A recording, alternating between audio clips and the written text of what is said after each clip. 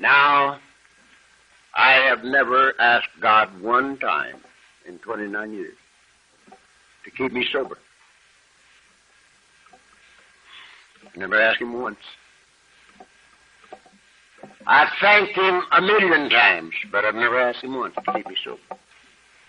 Because that's not the way I read my book. The way I read my book, it says here are the steps we took. When we took them, something happens. When we don't took them, nothing happens.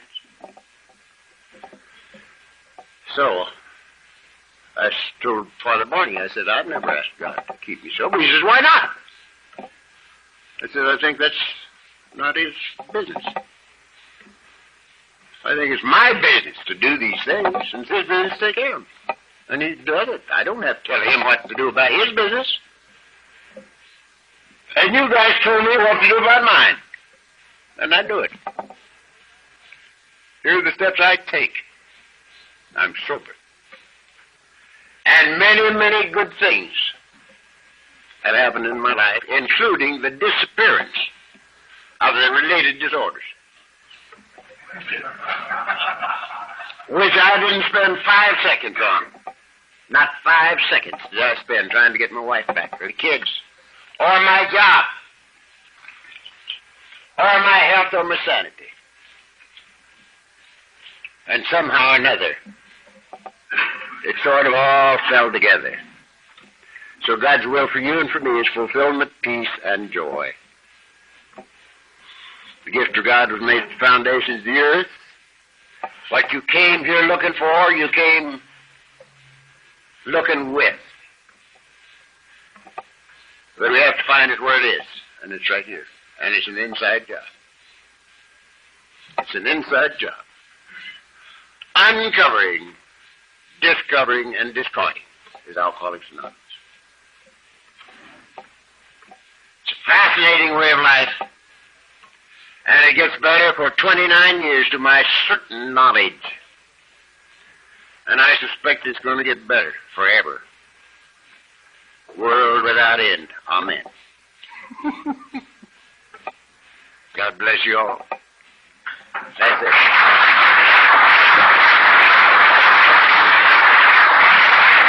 We have talked about the fact that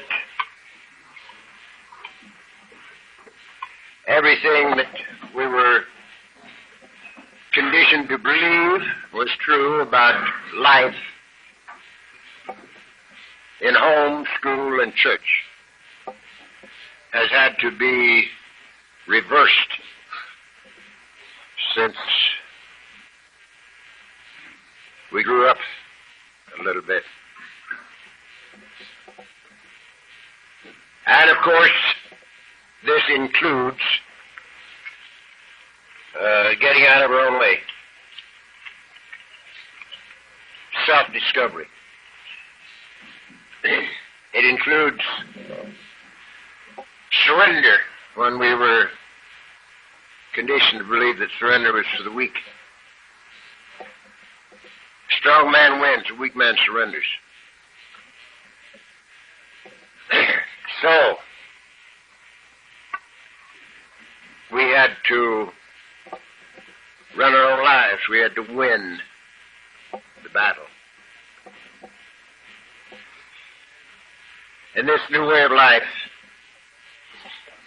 we have nothing to win, nothing to prove, and we're not going anyplace. Nothing to win, nothing to prove, and we're not going anyplace.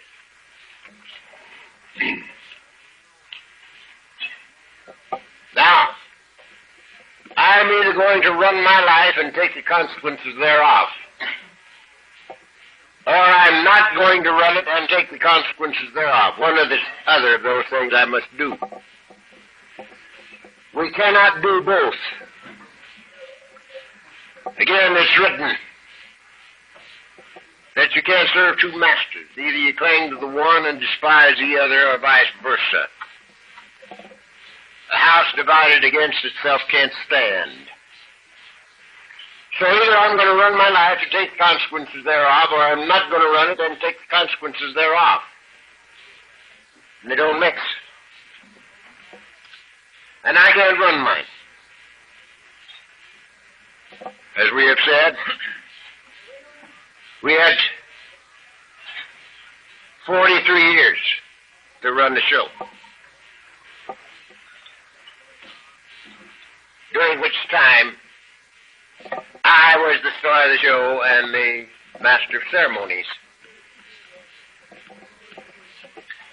And after 43 years, I had accomplished failure in every department of life. So I can't run my life. I can't run nothing. Can't run my business, can't run my wife, can't run my kids. Can't run anything. And I know it. I knew it when I got here. I came here knowing that I had lost the battle of life. And I'd given it everything I had. I gave it my wife, my kids, our home, my job, my health, my sanity, and my money. And I lost.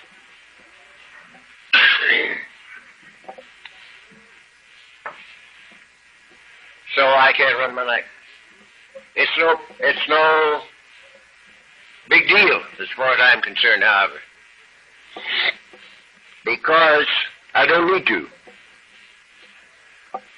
Because I've lived for 29 years in total expectance of guidance and direction. So, I don't need to run my life. It isn't necessary. And I can't. And I accept it. Now, the next premise is that God is either sufficient unto all of my needs or He is not sufficient unto all of my needs. One or the other. If He is not sufficient unto all my needs, there's nothing to worry about. Because in that case, life is not worth the candle. The sooner it's over, the better. We might as well knock this thing off and go down with the bus and fill it full of liquor and shack up and drink till we die. If God is not sufficient in all our needs, sooner it's over, the better. There's nothing to recommend life. So if He is not sufficient, there's nothing to worry about. And if He is sufficient unto all my needs, there's nothing to worry about. So it got you both ways. Got you both ways. Because if He is, all I have to do is to act like His kid and prove that I am. And that's written like this. Act as though I am, and I will be, saith the Lord. Act as though I am, and I will be. So, that's all I have to do. To act as if it were true and prove that it is true. And that's what we do in this program of ours. There's nothing else to do. There's nothing else to do because we've already lost. We've already been to human power.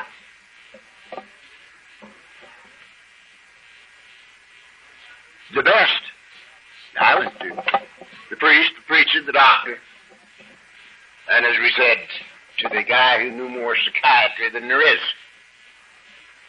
And every one of them talked to me about willpower, backbone, stand up and be the man. Every one of them. Because, you see, prior to 29 years ago, almost nobody knew anything about alcoholism. The people I went to see, the authorities, did not know anything about alcoholism. And they couldn't help me. And I didn't know anything about alcoholism, and I couldn't help myself. So I had to keep right on drinking until about it killed me. Before I could even come here to investigate.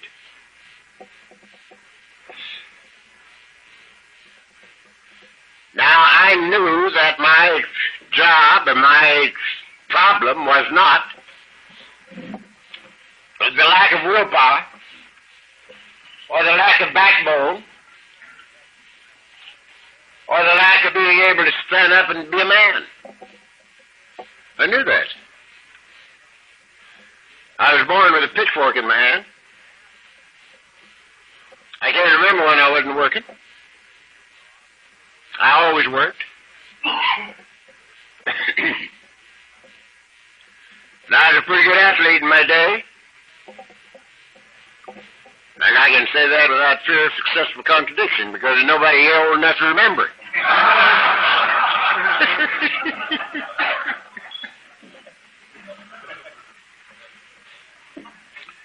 And my backbone had never given me the slightest trouble. And you know something? It hasn't yet. My backbone did a hell of a job for me. If everything I have worked as well as my backbone, I'd be in top shape.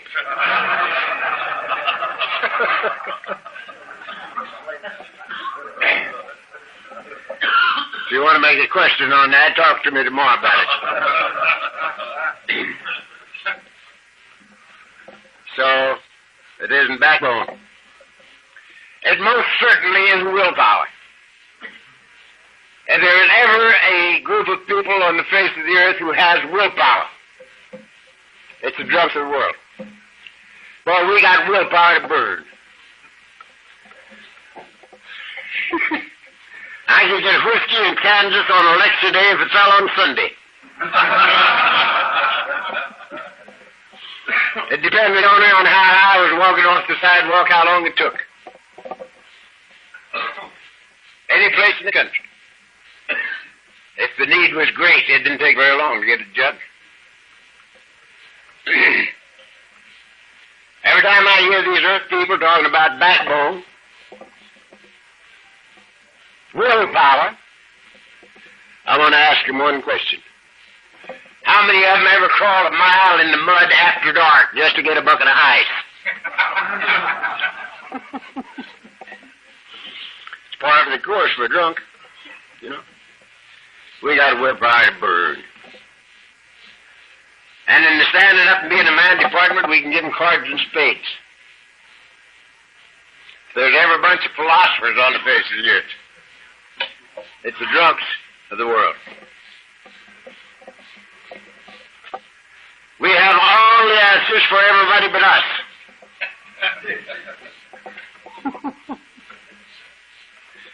One of our great assets, one of the things that really endeared us to the non-alcoholic world. We have always known exactly what was wrong with them. And we didn't mind telling them. And that's not a good way to win friends and influence people either.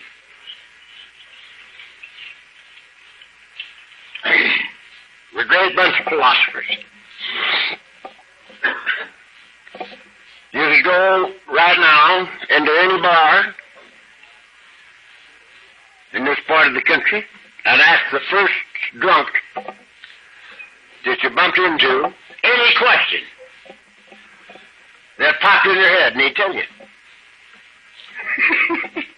You wouldn't stammer and stutter. He wouldn't say, I don't know. He'd tell you. A great bunch of philosophers.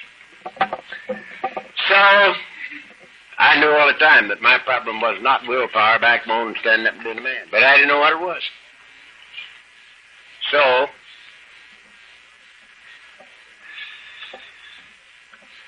I had to keep right on drinking until I died before I could come here and find out.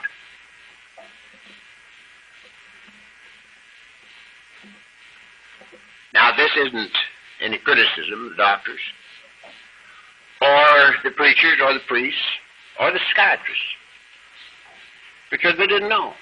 And back in those days, they did not know. It's a comparatively recent thing that doctors and priests and preachers and psychiatrists, a great percentage of them, have made it their business to find out something about the disease of alcoholism. And they can presently tell us, and tell us where we can go for help. But in my day, this was not true. Thank God. There's so much more known about it today than there was then, that many people can find out and come without having to destroy themselves, as some of us did. However,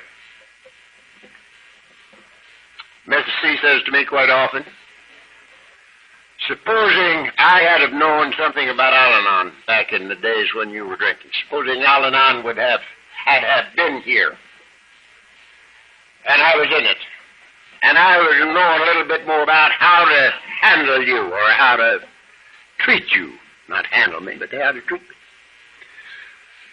Do you think that it would hasten you into society before you came? And I say I don't really believe it would have. In my case, I don't really believe it would have. Because I am one who certainly could not hear like I could hear, and could not see until I could see.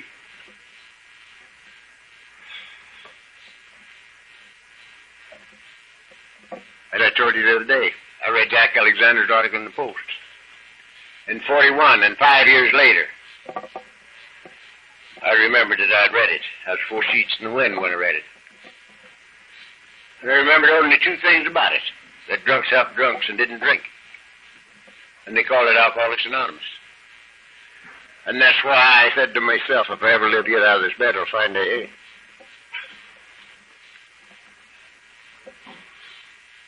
And from the decision until now, I haven't had a drink.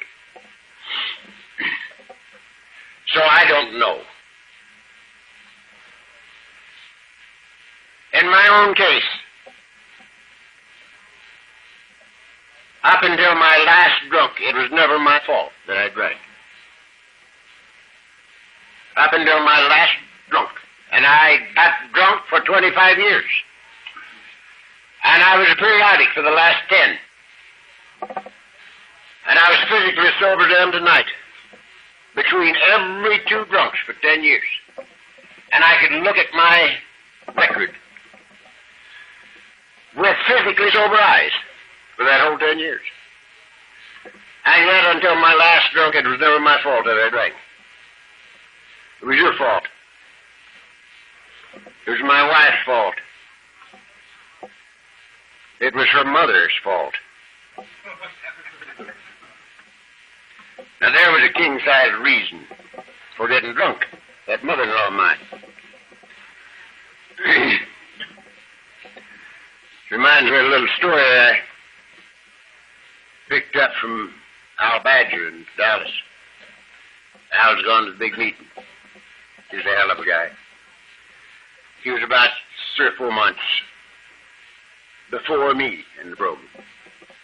He was soberly died a year or so ago.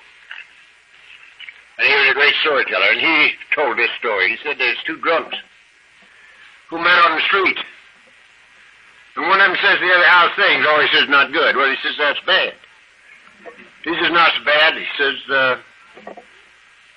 I got married. Well, he says, that's good. He says, not so good. He says, I got my mother-in-law, too. Well, he says, that's bad. He says, not so bad. She's got money. Well, he says, that's good. He says, not so good. She wants to boss everything. He says, that's bad. He says, not so bad. She bought us a house. He says, that's good. He says, not so good. The house burned down. Well, he says, that sure is bad. He says, not bad, brother. He says, she burned too.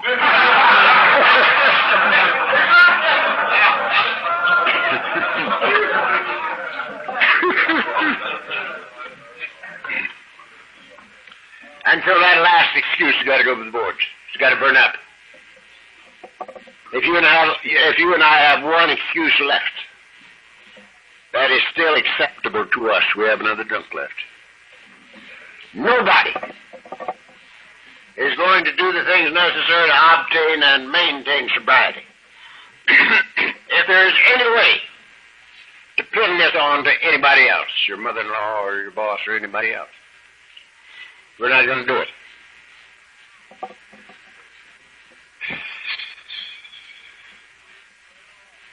In my own case, I don't remember if I told you this down here or not. I've told it many, many times. But on my next to last drunk, when I went to the kitchen after a glass of buttermilk,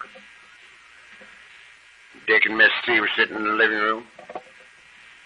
They heard me let out beller and heard me hit the floor. They came running out thinking that I was in an alcoholic convulsion, but I wasn't.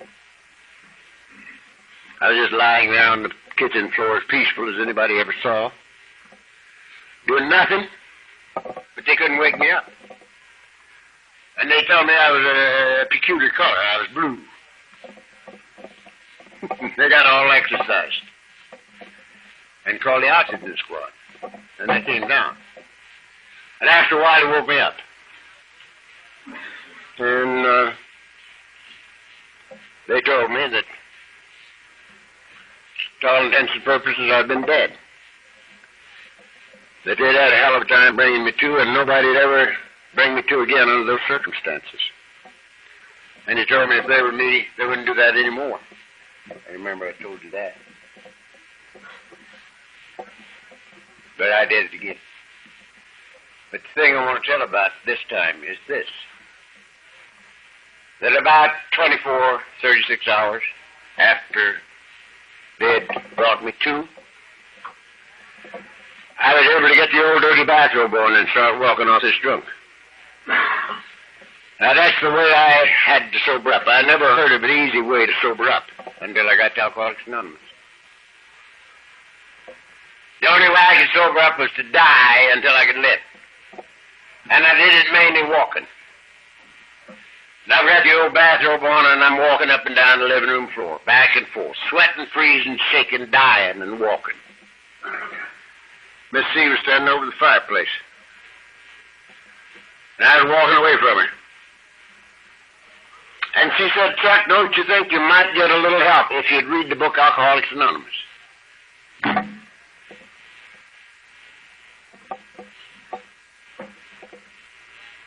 I turned on her like a lion. I said, you, my very own wife, suggesting that I read a book written by a bunch of drunks. I who read all the good books for the good authors. And you want me, why, says you wound me deeply. Now, I'd just been dead 48 hours before, and she wounded me deeply. And I polished her off completely by saying, and besides, I can write a better book than that myself.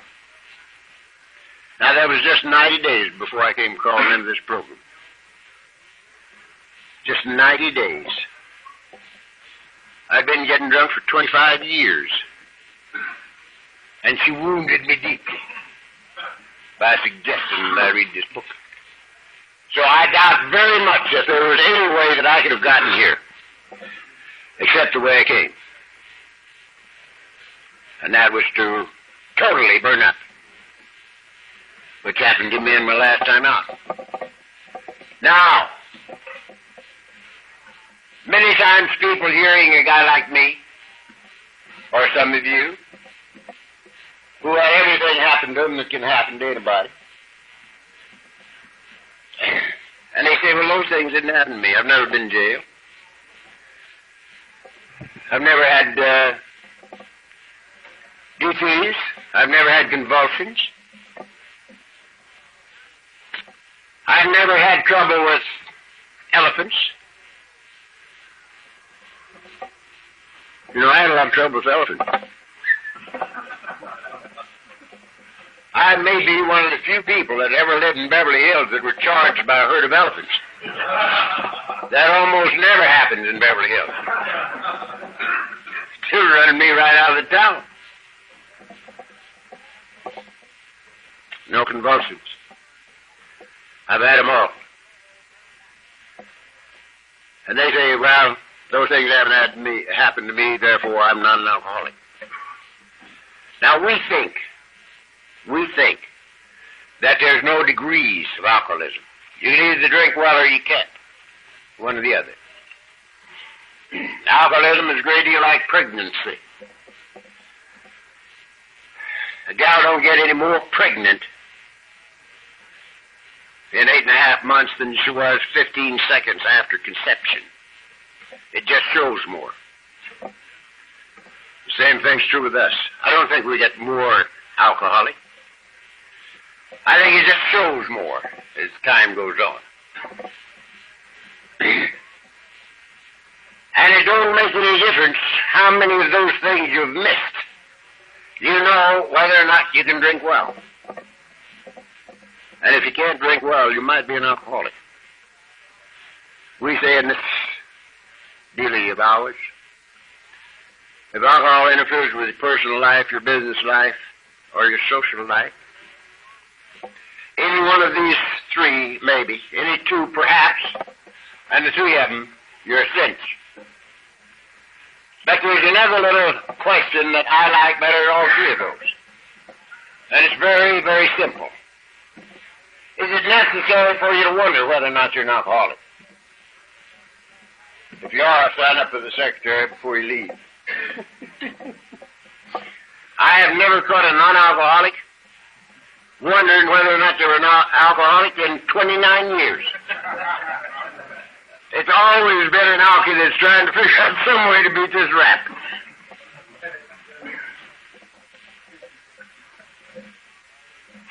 So it isn't how much or where or when. It's what it does for you.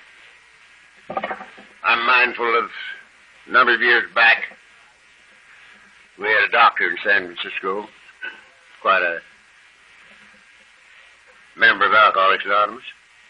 He's a gynecologist. As a matter of fact, he's 5 times a doctor. He was a doctor, a surgeon, an obstetrician, a gynecologist, and a psychiatrist. He was qualified in all those fields. And he told us a little story.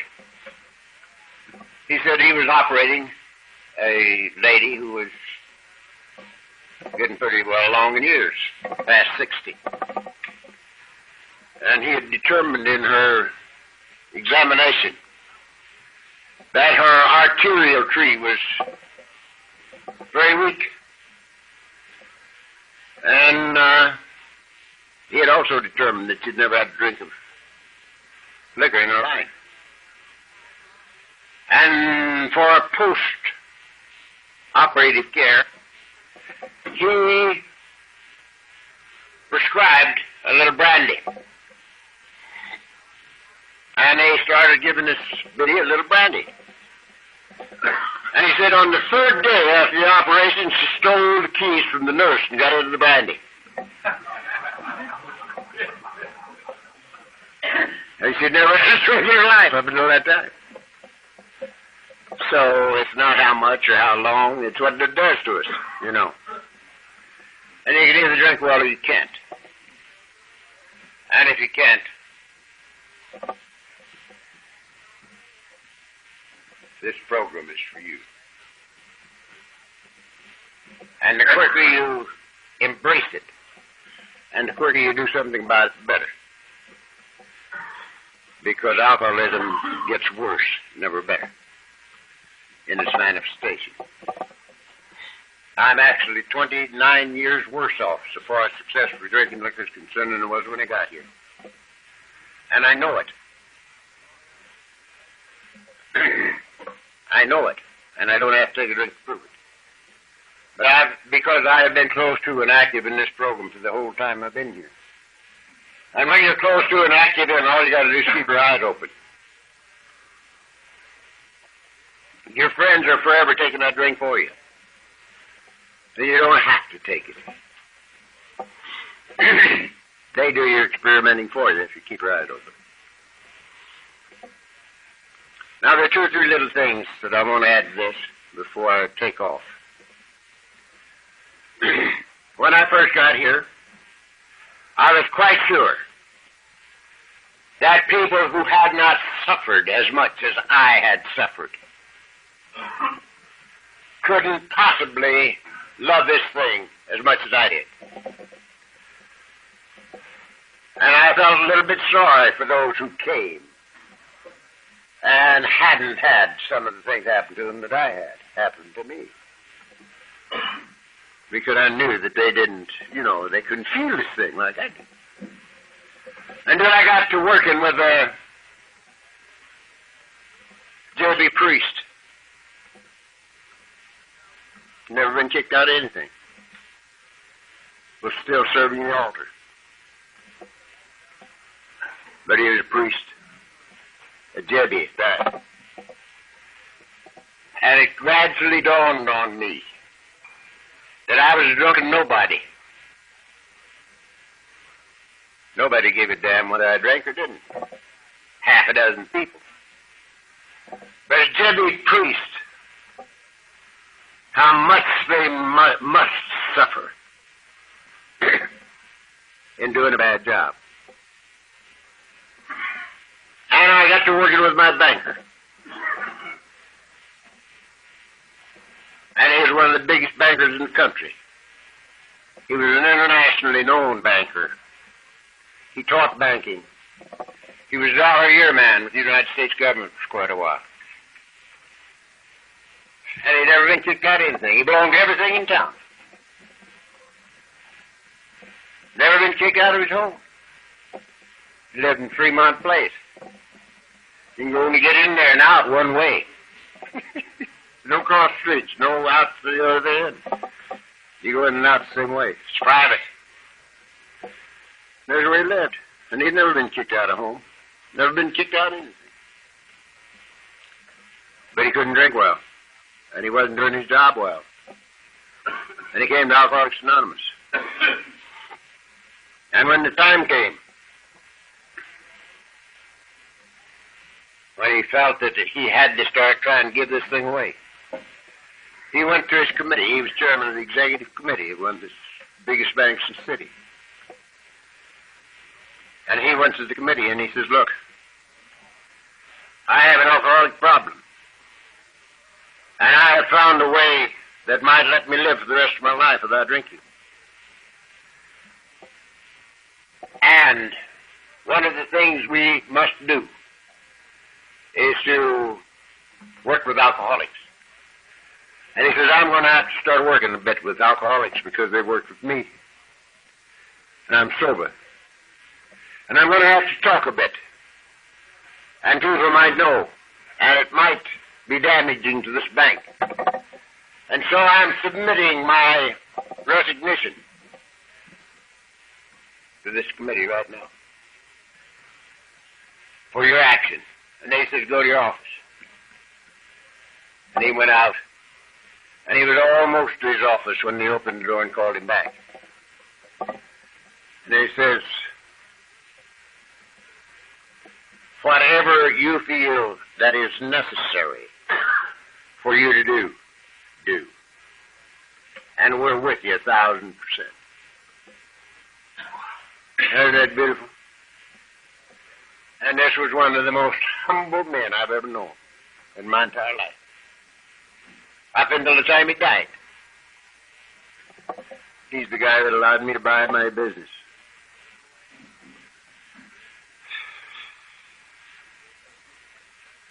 Beautiful, beautiful man. And we used to sit between Christmas and New Year's every year and have lunch in the California Club, which he belonged to.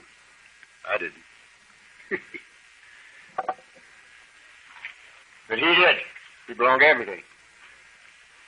And he'd sit there and tell me that that lunch with me between Christmas and New Year's every year was a high point in his year. And I'd sit there and bawl like a baby. Fabulous man. Never got kicked out of anything. But how he must have hurt. How he must have hurt. So I had to come to see that it's not possible for you and for me to decide how much somebody else is hurt. We don't know what's going on inside of somebody else. And they might have hurt 10 times, 100 times worse than I. And here I was sort of pitying him. Because he couldn't love this thing as much as I did.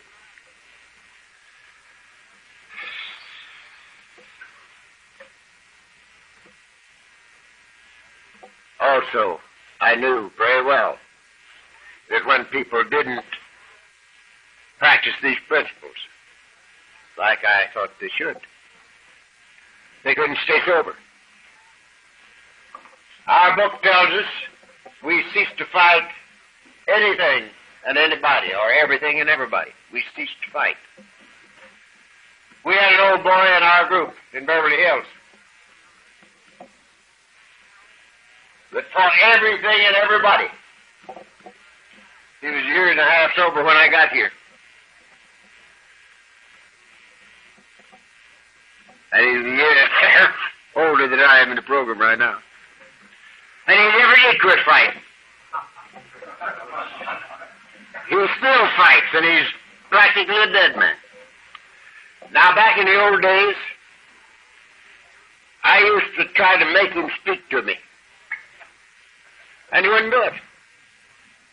Maybe a whole year go by. We're in the same group. And I couldn't make him speak to me. And I'd do stuff like this. I'd walk up to him in the middle of a sentence, talking to one man. Because he'd have to, he had to do something. Well, he did. He turned on his heel and walked off without even finishing the sentence. I couldn't make him talk to me.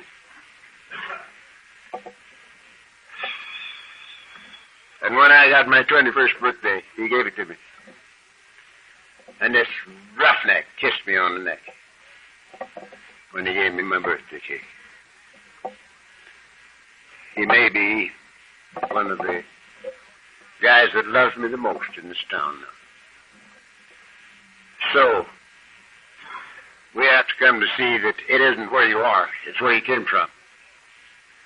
Now, Eddie just might have grown 10 times more than I did in this program. But he didn't start even with me. He started down the ladder a ways. And so we have to come and see these things. And it makes for much, much, much more beautiful living experience in Alcoholics Anonymous.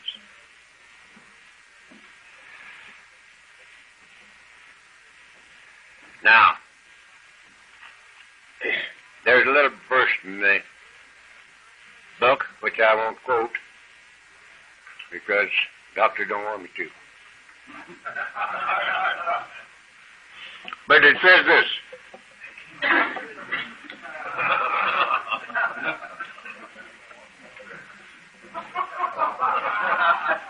It says, blessed is he who condemneth not himself in that which he alloweth. Blessed is he who condemneth not himself in that which he allows. What does that mean? I believe it means that if you can do a thing without condemning yourself, it's not so bad. But if you condemn yourself for it, you better jolly well quit it, it'll kill you. And I think this is one of the greatest differences between a good old Saturday night drunk and an alcoholic. Because you and I condemned ourselves from the beginning. Now, if we were raised in a religion that did not condemn us for moderate drinking,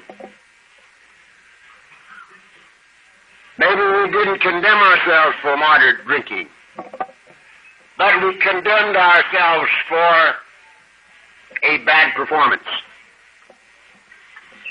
So from the beginning, we condemned ourselves. I knew better than to drink before I ever took my first drink. I condemned myself from the first drink. And as time went on, the condemnation became hatred. And we end up hating our guts. We can hardly look in the mirror to save because of self-loathing.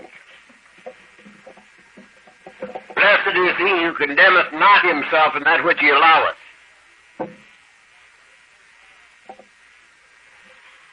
Now again, this tells us this,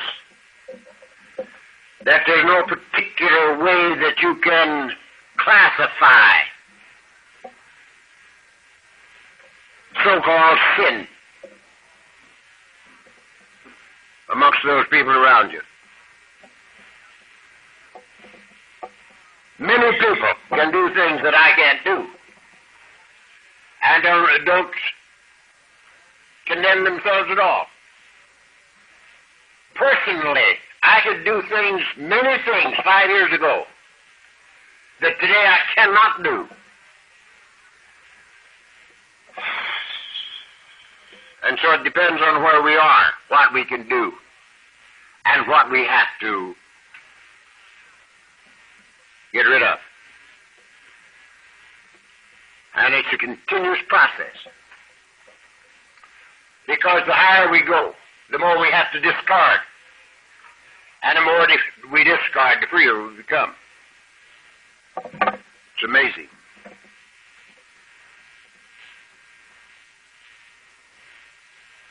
There's no such thing as the meaning of a word. Now this blows my mind. And the way it came about, I got to thinking some time back that the first 2.5 pages in chapter 5, which add up the end of C to about 450 or 60 words. That's all there is. And I never counted them, but I think that's about it. And I have gone through that not less than 25 and probably nearer 30,000 times in 29 years. About them, they're new. The words remain the same, but we don't. And it depends entirely where we are, what they mean. And they will always be more meaningful.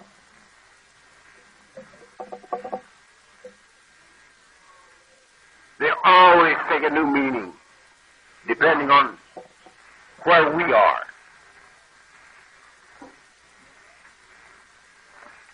And we'll be walking up this ladder forever, world without end, amen. Now here's another thing I like to think about, sitting up there on my hill. I believe that I'm right in this, and if I'm not, one of you sailors can correct me. I think that when you're sitting in a boat at water level, on a clear day, the horizon is 7 miles. I think that's as far as you can see. When you're at water level. Now I'm up maybe 1,000 feet above the water level. And on a clear day, my horizon is almost limitless. 150 miles I can see. Sometimes Catalina Island, San Clemente Island, and Point Furman are all close enough that I could seem like I could skip a rock to them. You know? Just that little bit of elevation changes the horizon from 7 to maybe 150 miles. And we'll be walking up these stairs forever. Now, the only thing we can't change about our lives, the only thing that cannot be changed by us, is that we're stuck with ourselves forever. World without end, amen. Now, this is a bleak prospect, isn't it?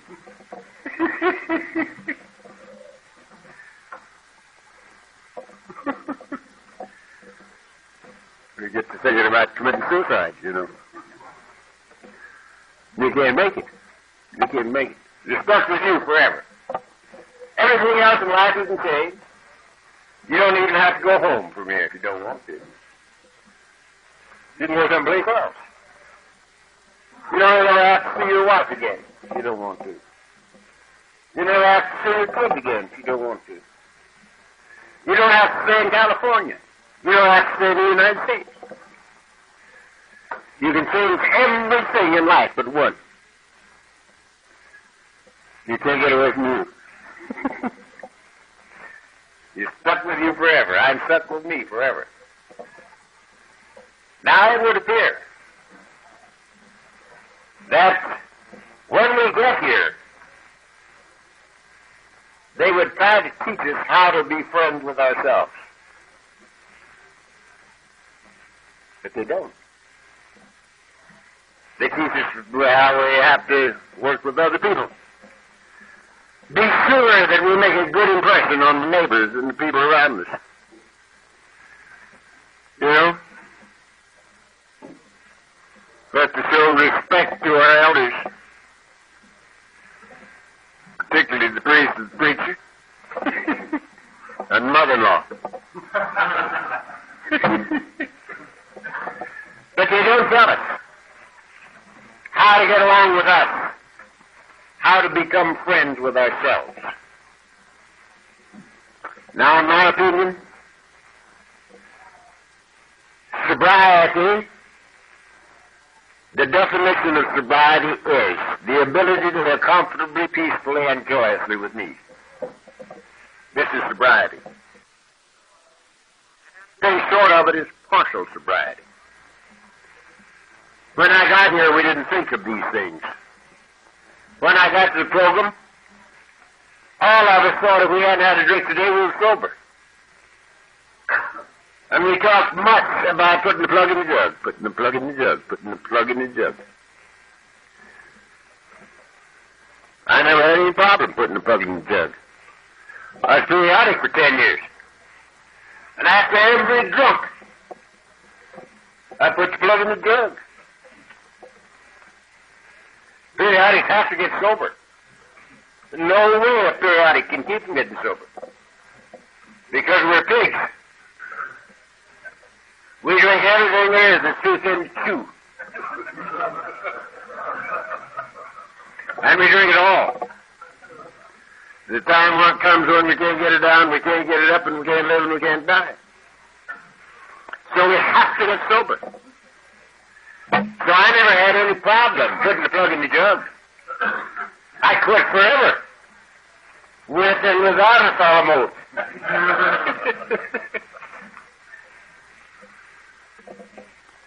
Put the plug in the jug. My problem was not putting the plug in the jug. It was taking the plug out of the jug. Because when my time came, I took the plug out of the jug. And I was off again. So, physical sobriety is absolutely important. To me, it's synonymous with life. I cannot live and drink, and of myself I can't keep from drinking. So I have to be physically sober, lest I die. So I am not selling physical sobriety short. It's the foundation under sobriety. But sobriety is physical, mental, emotional, and spiritual. 4 parts of the same thing, and it adds up to the ability to live comfortably, peacefully, and joyously with me. This is sobriety.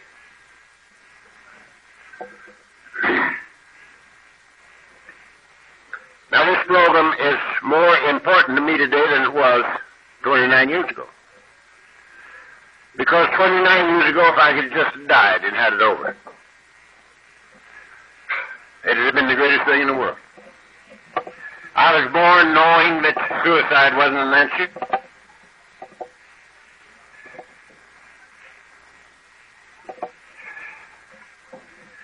But it never occurred to me that drinking yourself to death was suicide until I was sober 5 years. So I tried my damnedest to drink myself to death, but I couldn't make it. You can't drink yourself to death if you want to die. The guys that die with alcoholism don't want to die.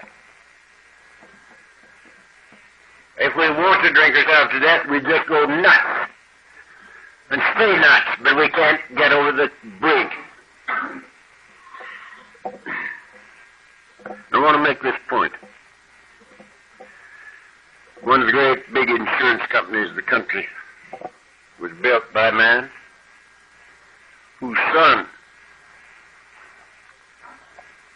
got sober in Alcoholics Anonymous.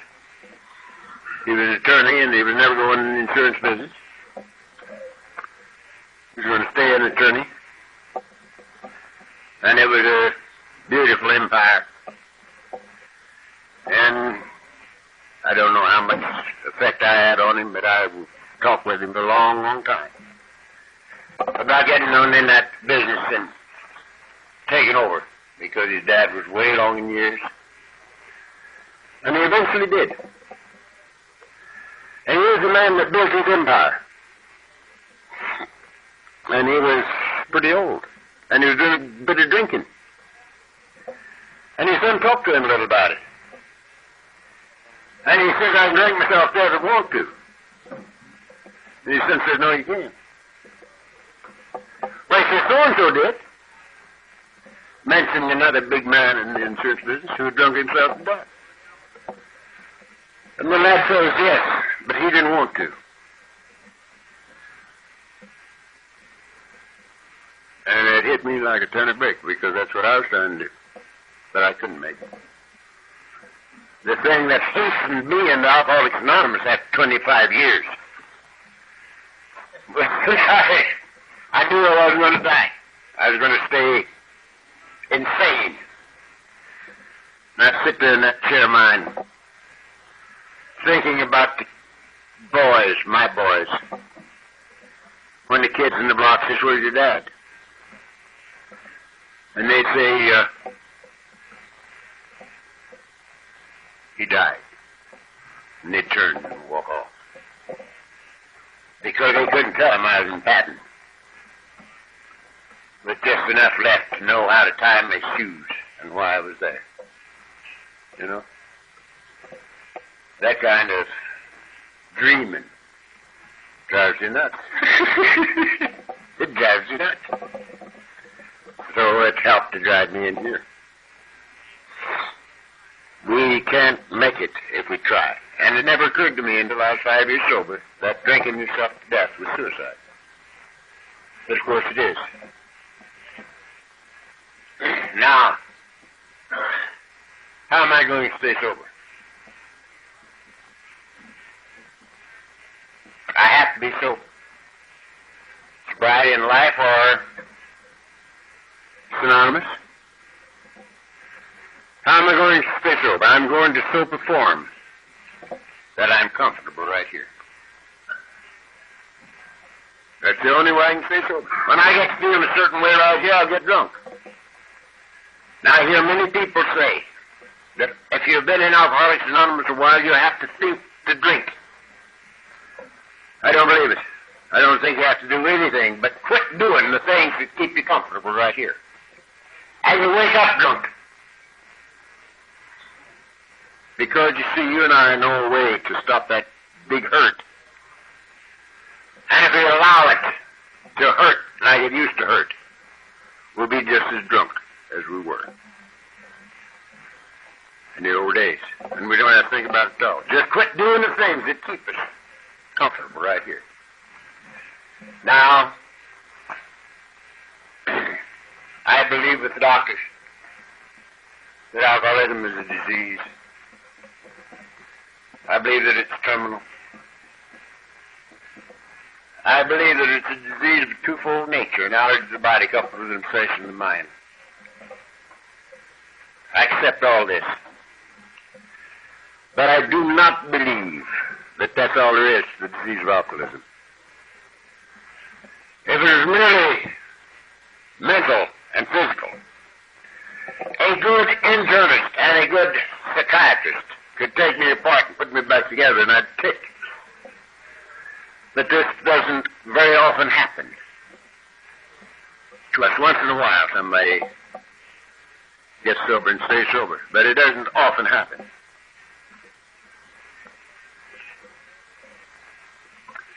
So, there must be something else to this deal.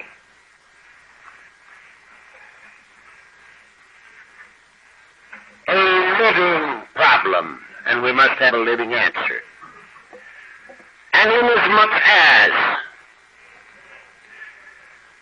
there has never been a mass recovering program for alcoholics that did not include a basic spiritual rest, then it seems kindergarten to me that the problem behind the problem is a basic spiritual unrest.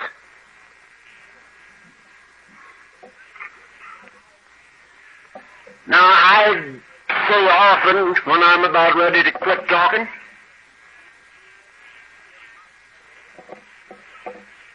the time has to come to, in our lives, when we come to see that if there be fault, it's mine. If there be fault, it's mine. And I say if there be fault because I don't believe there's fault. I believe that you and I are the victims of a combination of characteristics which came with us that make it impossible for us to integrate ourselves into the life that we're born into this so-called civilization that we're born into.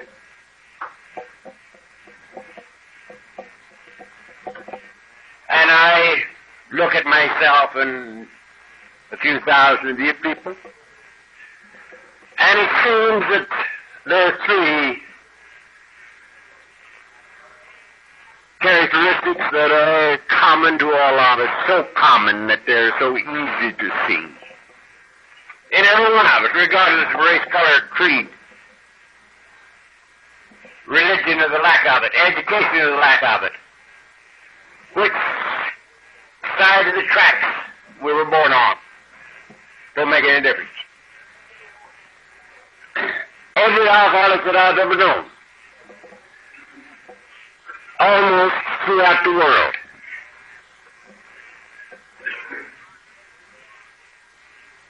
is a perfectionist, an idealist, with the terrific drive for excellence that goes with perfectionism. It is this drive for excellence that brought about the cliché that you've heard ever since you were a little guy. This is the best mechanic we ever had in the shop, but the best lawyer that ever hit this part of the country, but the best stenographer we ever had in the office, but she can't get down till about other Tuesday or Wednesday. Thanks too much. Terrific drive for excellence. Perfectionism. Now, perfectionism is a beautiful characteristic or attribute when we learn how to live with it. But until we do, it'll kill us. It makes us set goals for ourselves that we cannot attain. And we're forever disappointed in our own performance. And it makes us demand more of those around us than they can put out. And it makes it necessary for us to make them over. Our wives and our kids, and the people that work with us, and so on. It's a killer until we learn how to live it. Perfectionism, idealism. And it's very evident in all of us. The second thing is that to a man, we were born with the interior awareness that life should be a good and a big and a beautiful thing. I knew when I was 6 years old that life should be like it is now. My insides proclaimed it. But I looked at it and it was cheap and it was dirty and it was ugly.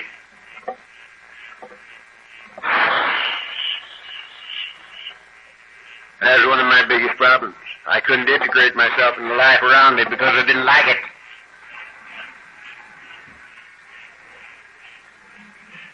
There was a scene, if you remember, in the days of Wine and Roses. It just tears the heart out of me, and I haven't had a drink for 29 years. Every time I think of it, it does me in. This gal had come back to her husband's apartment to try to talk him, her ex-husband's apartment, try to talk him into rejoining her in the drinking world. And he'd gotten into Alcoholics Anonymous. And he was begging her to join him in this new way of life. She was standing looking out the window, high above New York City. And she finally says to him, I can't. When I look out of this window, sober, it's cheap and it's dirty and it's ugly. And when I look out drunk, it's beautiful. For 25 years, the only way I could stand what I looked at was to be half in the bag. And this is one of my big problems, and yours. And lastly, there are many more, but we'll just use 3. And this is the most incongruous thing you'll ever hear come out of the mouth of an alkie. And I caution you not to speak of this to your psychiatrist. We are a highly sensitive people. Now, ain't that something?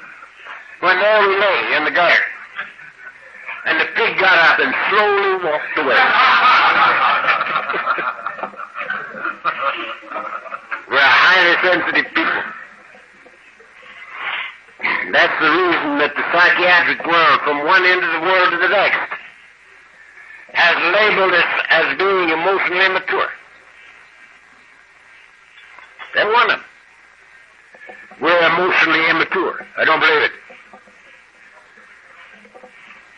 I think that we have several times the capacity for feeling that the psychiatrist has. The psychiatrist came in and found me lying there on the floor in front of my big window so drunk I couldn't even get up, crying my eyes out over a beautiful sunset. Emotional immaturity. He don't know it's so damn pretty I can't stand it. Now again, I haven't had a drink for 29 years. But a year ago, I was down on the knobs above Louisville, Kentucky, along the Ohio River. And it was in October, and the leaves had turned. That's the most beautiful sight on the face of the earth. All those beautiful colors. And miles of it. It's so beautiful. I sat there all alone in my car and bawled my eyes out. It's pretty, couldn't stand it. We're not emotionally immature. We are highly sensitive people. Now, as I've told many of you, I've been in prisons practically all over the world. Mostly as a guest. I could leave after a while. And most of them is Folsom. Now, Folsom is for habitual criminals. You can't get into Folsom for murder if it's the first time. You have to be a habitual criminal to get in Folsom. They tell me up there that the swallows that build up there in those rocks used to build in Capistrano, but they're four-time losers. So they build up there in the stone wall around that place now. I stood there and talked to twice this many people, or 3 times this many people, and watched them cry right along with me. and the tears bouncing off their bellies, and they make no attempt to hide it. And it isn't because they're emotionally immature. It's because of the identity. They feel right here exactly like I do. And they cry with me and they laugh with me. And it isn't because they're emotionally mature. Now I'm convinced that people like us, when we get here, have all the characteristics for alcoholism except alcohol. All we have to do is add a little alcohol and we're off. Very few things can happen to us. From the time we're born, we're going to be priests, preachers, or nuns, or hotheads or alcoholics. Because we cannot integrate ourselves into the life around us. And it's not because we don't want to, because we do. We want so much to be a part of. And we're forever apart from.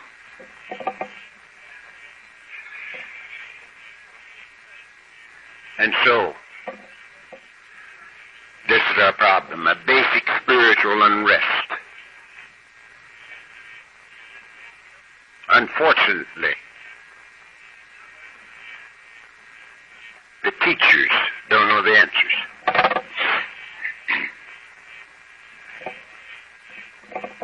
I bury a few people. I think I told you I had 2 this week. Monday and Tuesday, I had funerals. 2 months ago, I was asked to give a little eulogy for a 16-year-old girl who had taken an overdose.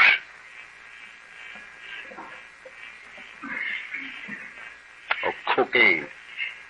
That's the in thing down in my country now, cocaine. And she died. And I got out there to the place, the cemetery, because there was no chapel deal. It was just graveside service. And that whole hill was covered with kids. I don't know how many, just the whole passel of kids, teenagers, on that hill. And I said to myself, this can't be just a regular deal. I've got to talk to these kids. And I talked first for a little bit with their parents. And there's a few older people that were there. And I told them that I didn't believe in death and why and so forth and so on. And then I started talking to the kids. And I told them I had great empathy for them. Because I, too, had been born into a society that I couldn't swallow. I couldn't integrate myself into. And I had to find a way to be comfortable. Because I was not comfortable in society in which I had to move. And when I was 19, I found a way to get comfortable in that society. And for the next 15 years, I used this chemical for an answer. And it was an answer. For the first 15 years. But after 15 years, my answer turned on me and became the problem. And in the next 10 years, it made it necessary for me to find the right answer.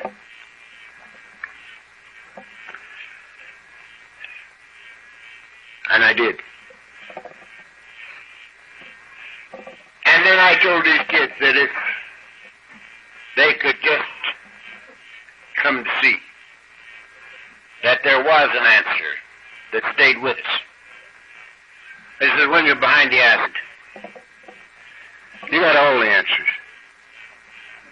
But when the acid's gone, you ain't got none. The answer's gone too, you see. But there is an answer that stays with you. And it's so much better than any chemical that you can put in your body, that you can sing about your business, the business of living. And you don't have to repeat a dosage of chemicals. And if you just decide that you want to find this answer and make an effort, you can find it. And there are many people that will help you. And if you do this, maybe this death will be justified. Her mother called me the early part of the week. First time since I had been there. And she said there was quite a movement amongst the teachers and amongst the students to find an answer to replace this stuff. And she told me about some guy that's throwing his house open to kids there in Laguna Beach. And they wanted me to come down there last Friday, but I had to do something else, and I couldn't go. Friday a week. But isn't that beautiful that they might now be looking for something that might take the place of this chemical deal? And I want to close with this little story.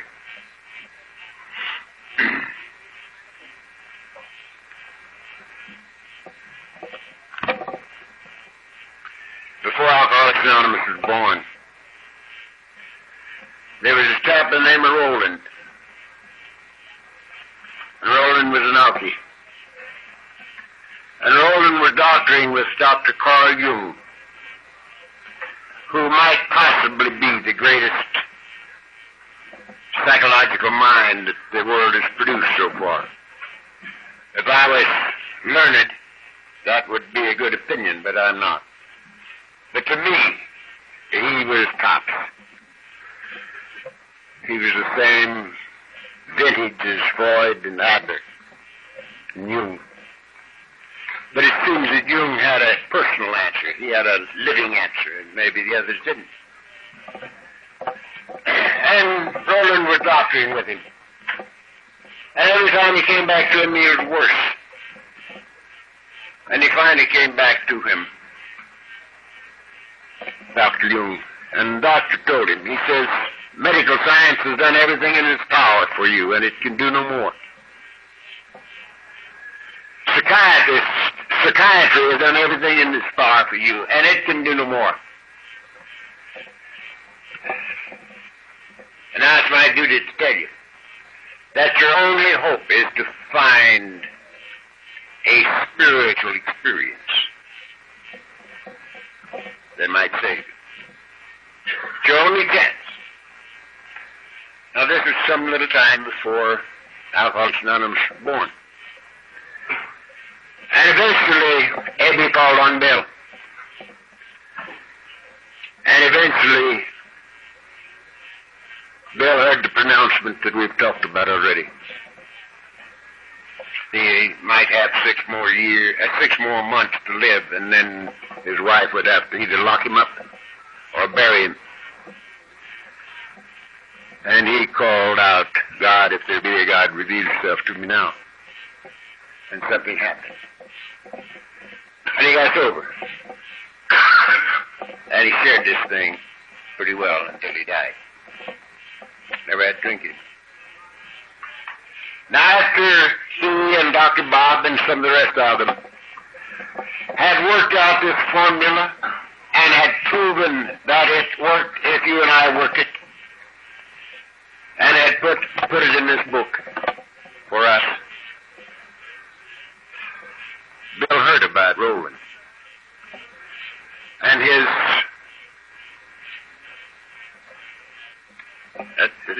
what Dr. Jung had told him about the spiritual awakening, his spiritual experience being his only chance. And Bill wrote to Dr. Carl Jung in Zurich, Switzerland. And he asked him in the letter, how come he had known enough about alcoholism to so counsel Roland as he had done. And Dr. Jung wrote back, and he told Bill, in essence, that he had always known that the alcoholic's problem was his search for unity. His search for unity, and he couldn't find it.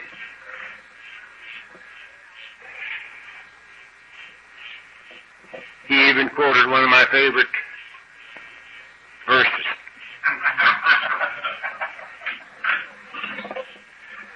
As the heart, H-A-R-T, as the heart panteth after the water brook, so panteth my soul after thee, O God. He'd always known that this was the alcoholic's problem. His attempt to find unity with the life around him and with the God that made him. And when he found the bottle,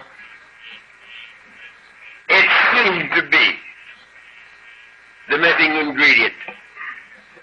It seemed to let him live a little bit more comfortably with himself and in the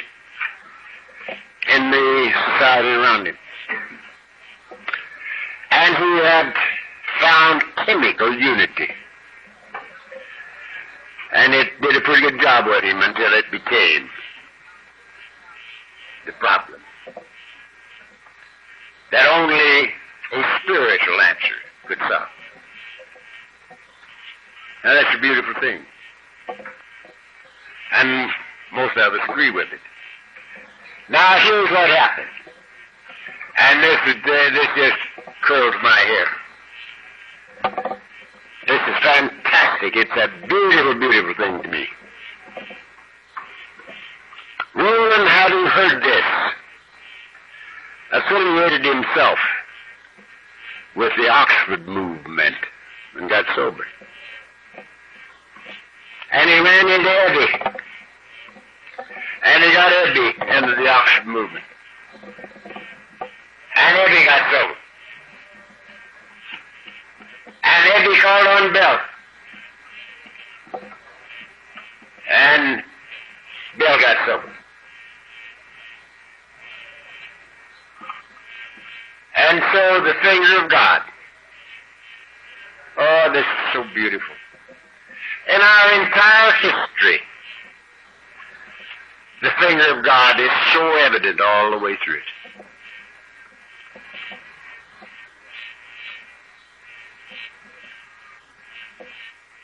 From Dr. Carl Jung to Roland, to Eddie, to Bill to Dr. Bob, and Dr. Bob and Bill to us. What a beautiful thing it is.